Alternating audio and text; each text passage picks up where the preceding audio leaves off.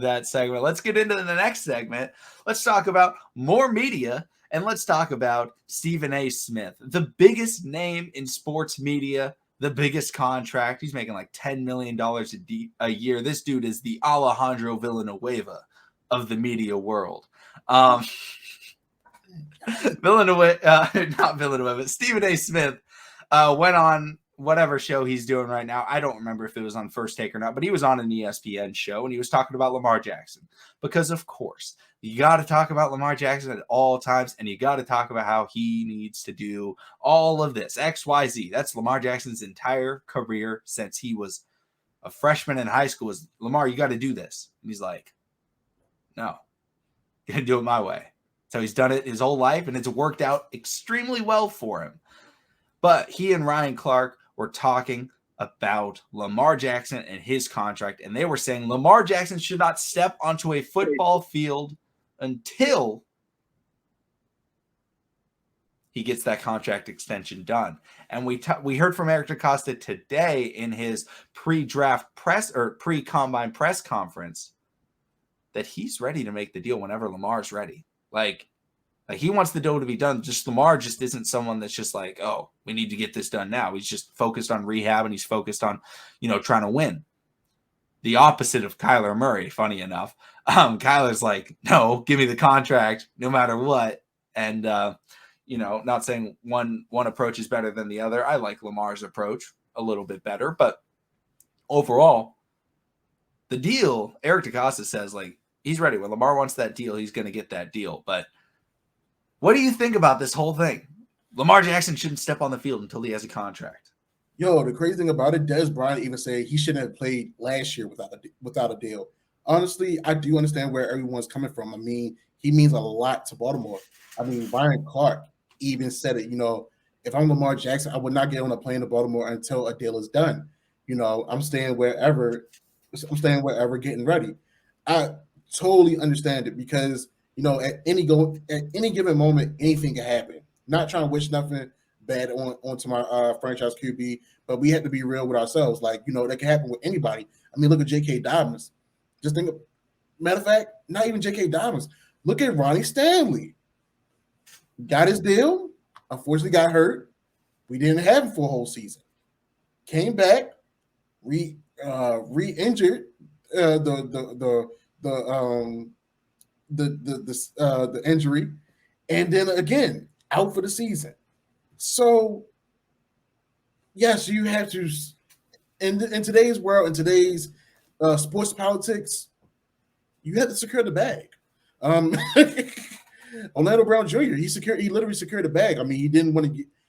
He felt that he can play left tackle in this league. He showed that he could do it when Ronnie Stanley went down. He went to Kansas City. He got paid. So, I mean, do I feel like Lamar Jackson's done enough to earn himself a big contract in Baltimore? Oh, yes. I definitely feel that. So I do understand where Stephen A. Smith comes from, where a Adam Schefter comes from, or Ryan Clark. But with him being his own agent, with him, holding the pawns and having control of the situation, it's also a good thing. But at the same time, we don't want our quarterback to be, I guess we could say blindsided, but I don't see Eric DaCosta, blindsiding him. Lamar Jackson, for the simple fact that he's going into contract conversations, with him, probably his lawyers. I know everyone was recently saying that his mom was supposed to be his agent, but even if she's available, I feel like he has a great support group around him and people that's actually speaking knowledge to him and not speaking any type of nonsense where it's coming to a situation where he's holding out because he wants all these big things in his contract. No, I feel like he wants something where he can get paid well and healthy, and also it's also doable for other guys to get paid as well and keep on the team while he's on the team. Yeah, the idea that you should get your money is very known throughout sports, right? Like if you have the opportunity to secure security, really, you should take it. Now, at the same time, however, in some situations, it may be better to wait. For Lamar Jackson, if Lamar Jackson wins the Super Bowl this year, he's going to get a bigger contract. Like, I think he would become the highest paid player in football history if he wins the Super Bowl this year. Mm. If he gets the contract before that, he'll be a top 5 paid player in the NFL. He'll probably be top 3. He may get a similar, he may be, tied for number 1 with Patrick Mahomes on a year-to-year basis. I don't think it would be a 10-year contract, maybe a 5-year contract where it's very similar, $45 million a year. Overall, Lamar Jackson is betting on himself if he doesn't do it. And Lamar Jackson has always been someone to bet on himself. And if Stephen A. Smith is coming out and saying, no, Lamar, you shouldn't do this, Stephen A. Smith is a heavy critic of Lamar Jackson and everything he's ever done. He has never been a supporter of Lamar Jackson. He has always criticized him. And it just shows that he doesn't understand Lamar Jackson, because Lamar Jackson has bet on himself from day one. Almost every NFL scout was wanting him to be a wide receiver. And he said, no. Almost every college scout wanted him to not be a quarterback. And he said, no, I'm going to be a quarterback. I'm going to play quarterback at a very high level at this league. Then he gets to the NFL and says, I'm going to be a quarterback. I'm a quarterback. I'm not running the 40-yard dash. Yeah, sure, I would run a great 40-yard dash, but I'm not going to run it, because I'm going to do what's best for me, and I'm going to bet on myself, because I know that I don't need a 40-yard dash to improve my draft stock or to help me in any way. He's like, I know what I can do. And I know that without running, it'll actually help me. And I'm going to bet on myself. A lot of people criticized him for not running the 40. He was heavily criticized. They were like, oh, he's too scared to run the 40. No, he bet on himself. And now people are saying, oh, he's not getting that contract. He's being ignorant. He's being stupid. You got to get that money. You're going to get hurt. It's not that he's saying, oh, I'm not going to get hurt. It's him saying, oh, I'm going to win the Super Bowl. Like I said when I got drafted. Like, that is my goal. I'm trying to go do that. Right? What did he say? Believe that. Or did he say believe me? One of the two. Believe it.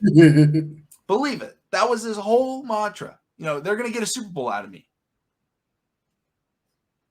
He bets on himself like every successful football player needs to do.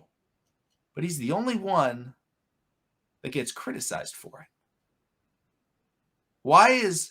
Nobody talks about, why has Baker Mayfield not demanded a contract extension? Nobody says that. Right? Like, nobody brings it up because they're just like, oh yeah, that's fine. Whatever. But when it comes to Lamar Jackson, it's like, oh, he got hurt? This is ridiculous. Why hasn't he demanded a contract? It's like, on that. A lot of guys get hurt. Come back from the injury, play great football, then get the deal. It's completely fine. Stephen A. Smith just despises Lamar Jackson and despises everything that he does because he goes against what he wants him to do. Stephen A. Smith, for the color what is it, sports analyst that he is, he loves to make a story. I applaud him because, coming from Winston-Salem State University, HBCU, he started on radio and he worked his way up. And for him to be like the highest paid analyst on the ESPN roster, that's dope. At the same time, being one of those color characters, you're gonna get crucified. I mean, when him and Skip Bayless was on that together, it literally was, it was a sight to see, for better words. It was a sight to see. So, Very true. I definitely get it. I definitely understand it. But sometimes, we got to realize that, Stephen A. Smith is a New York Knicks fan. So with being a New York Knicks fan in this time, today and age, everything's not screwed tight up there. So that's that. But I believe he's also a Steelers fan. Even worse. So, it just keeps on trickling down. So, I mean, honestly, I guess the $1 million question is, if we don't get the Super Bowl then, if we don't get the Super Bowl this upcoming year, how does the contract negotiations go from there with Lamar? I think it shows. Even if he doesn't win the Super Bowl, he's still getting a massive contract. Like, that's the thing. It's like, let's say Lamar gets hurt next year. Right. Let's say he gets hurt week 1, doesn't play a single game. Lamar's still going to get a max contract. Like, that's going to happen. Now, and the likelihood that he gets hurt again is low. When Brady got injured in week 1 against the Kansas City Chiefs, nobody was saying, oh, he's going to get hurt again next year. Can't get sacked like that. Like, just Brady playing in the pocket, gets sacked, hit low, boom. Lamar Jackson getting out of the pocket backwards, gets hit, at the leg, at the ankle, gets hurt. And it wasn't like it was a serious injury. He sprained his ankle.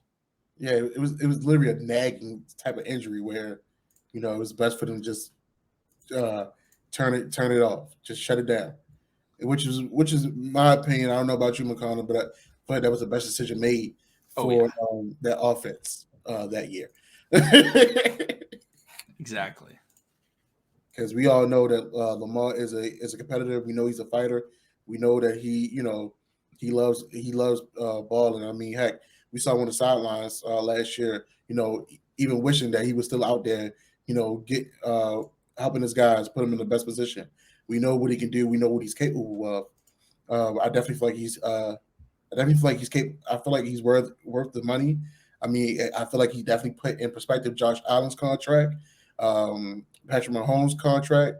Heck, even if Kyler Murray gets a contract, he's also going to factor that in as well in his negotiation talks as well. So I definitely feel like a lot of things going to play and factor, but I feel like it really comes down to his contract being cost friendly enough where he can still have guys around and still keep guys on the payroll in order for them to run it back or keep things going or even get better. So it's definitely interesting. I don't know about you, but I would love to be in those conversations just to see how things are really going because for us to I know we say a lot that Lamar saved John Harbaugh and everything like that, but if you guys watch the shop, Lamar will be praising John, but you can tell he genuinely loves the organization and he's willing to do whatever. And when you got a guy like that, you got to look out for those type of guys. I mean, he brings the same type of spirit Ray Lewis brings. Someone that's really for the franchise, someone that's really for Baltimore, someone that's really worth and deserving to build that cornerstone around. And I feel like Lamar is that next Ray Lewis here in Baltimore in this era. Yeah, I mean, Lamar Jackson knows what he needs to do for him. And since he doesn't have an agent, nobody gets those insights. Yep. And I think he likes it that way because it's actually private. So I commend Lamar Jackson for doing what's best for him because I think it's just something that a lot of other players should do. A lot of times people get sucked in by their teams to do things that maybe isn't the best for them.